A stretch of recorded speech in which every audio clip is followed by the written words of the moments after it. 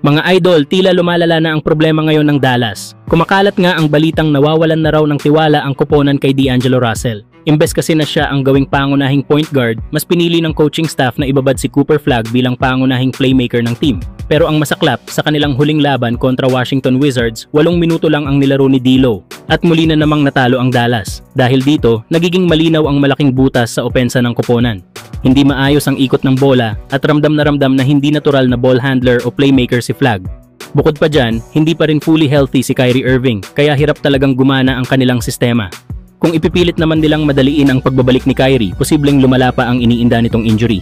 Kaya ayon sa ilang analysts, dapat nang ibalik ng Dallas ang tiwala kay D'Angelo Russell bilang point guard at si Davis naman ay ibalik sa kanyang posisyon bilang sentro. Kung hindi, posibleng magpatuloy ang kanilang struggles sa mga susunod na laro. Kayo mga idol, sa tingin nyo ba dapat pa bang pagkatiwalaan ng Dallas si D'Lo bilang kanilang pangunahing guard? Samantala, mukhang may bagong bituin na naman sa Memphis Grizzlies. Ang rookie nila na si Cedric Coward na kinuha bilang 11 overall pick ngayong taon, grabe ang pinakita sa kanilang panalo kontra Indiana Pacers.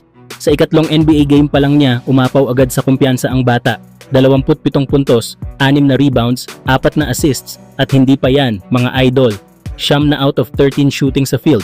Perfect 6 of 6 beyond the arc, at 0 turnovers sa loob lang ng 24 na minuto. Literal na flawless game mula sa isang dating Division 3 player na ngayon ay nagiging bida sa Memphis. Grabe, kung dati pangarap lang niyang makapasok sa NBA, ngayon ay pinatutunayan niya na kayang makipagsabayan sa mga pinakamagagaling sa liga. Mula sa D3 hanggang sa NBA Spotlight, ito na kaya ang bagong Cinderella story ng basketball?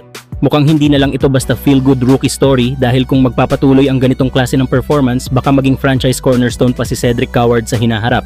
Samantala kung matatandaan sa huling 2 laro ng Kings, si LaVine ang naging sandigan ng koponan matapos makapagtala ng kabuuang 61 puntos. Kaya malaking kawalan talaga kung hindi ito makakalaro bukas laban sa Lakers. Dahil possible na hindi ito maglaro lalo at questionable ang kanyang status dahil sa illness. Dahil dito, aasahan ng Sacramento ang iba pang key players tulad ni Malik Monk, DeMar DeRozan at Domantas Sabonis na buhatin ang opensa ng koponan. Kailangan nilang sabayan ang bilis at opensa ng Los Angeles Lakers, lalo na ngayon na nasa maayos na ritmo sina Luka Doncic at Austin Reeves.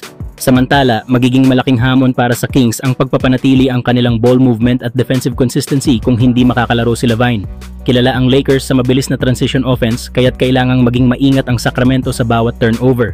Kung makakalaro man si LaVine, malaking tulong ito para maibalik ang scoring punch ng koponan. Pero kung hindi, inaasahan na magiging isang mabigat na gabi para sa Kings kontra sa powerhouse lineup ng Lakers. Kayo mga idol, sa tingin nyo ba mananalo pa rin ang Sacramento kahit wala si LaVine?